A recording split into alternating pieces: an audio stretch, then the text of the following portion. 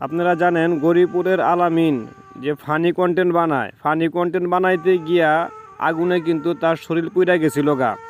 অনেক দিন সে হাসপাতালে ছিল। হাসপাতাল থেকে আইসা দেখেন সে আবার কীরকম ফানি ভিডিও বানানো শুরু করছে। তার যে শরীরটা পুড়ে গেছে, এই পুরা শরীর নিয়ে সে হাসি মস্করা ঠাট্টা শুরু করছে। দেখেন সবাই কিন্তু তার জন্য দোয়া করছে যে তাকে যেন আল্লাহ পাক সুস্থ করে দেয়, ঠিক আছে। এটা কিন্তু তার যে একটা অ্যাক্সিডেন্ট যে হয়েছে, এটা আল্লাহ পাক তাকে একটা সতর্কবার্তা দিছিল, ঠিক আছে।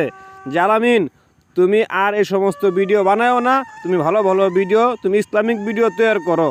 এই আলামিনের যদি মৃত্যুর ভয় থাকতো, কবরের ভয় থাকতো, তাহলে সে কিন্তু পুনরায় সুস্থ হয়ে আইসা সে কিন্তু এই সমস্ত ভিডিও আবার বানানো শুরু করতো না, ঠিক আছে। সে কিন্তু এখন ভালো ভালো ইসলামিক ভিডিও বানানো শুরু করতো। দেখেন আসলে শয়তান কখনো কিন্তু ভালো হয় না, ঠিক আছে। আল্লাহ পাক তাকে এত বড় একটা অ্যাক্সিডেন্ট থেকে বাঁচায় আনলো, আর সে আইসাই সে কিন্তু আবার পুনরায় আবার দেখেন তার এই পুরা শরীরটা নিয়ে সে হাসি মস্করা ঠাট্টা শুরু করছে, ঠিক আছে।